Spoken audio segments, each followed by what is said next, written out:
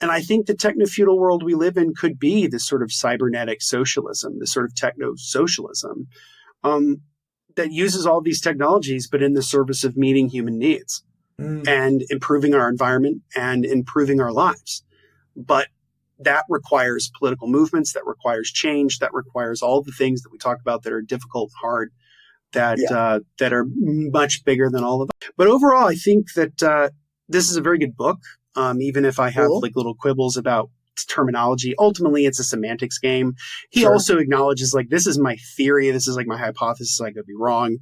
Sure. I think he's fundamentally right. I just wouldn't give it a new name. I would just call it techno-monopoly capitalism. That's what it is. You know, monopolies have always extracted rents, whether it was Standard Oil, or it's Amazon. Like it doesn't matter. But I do think it's a very good book. He's very fun to read. He's very charming. And there are certain aspects I haven't really even gotten into, which is like the psychology of desire and talking about like marketing and all that he talks about in the book. Like that, there's a lot of that in there too. I highly recommend people check it out.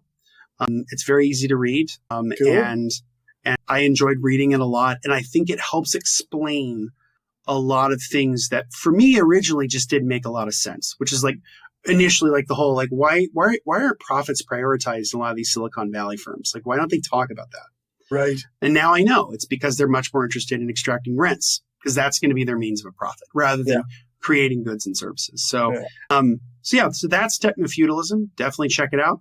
And,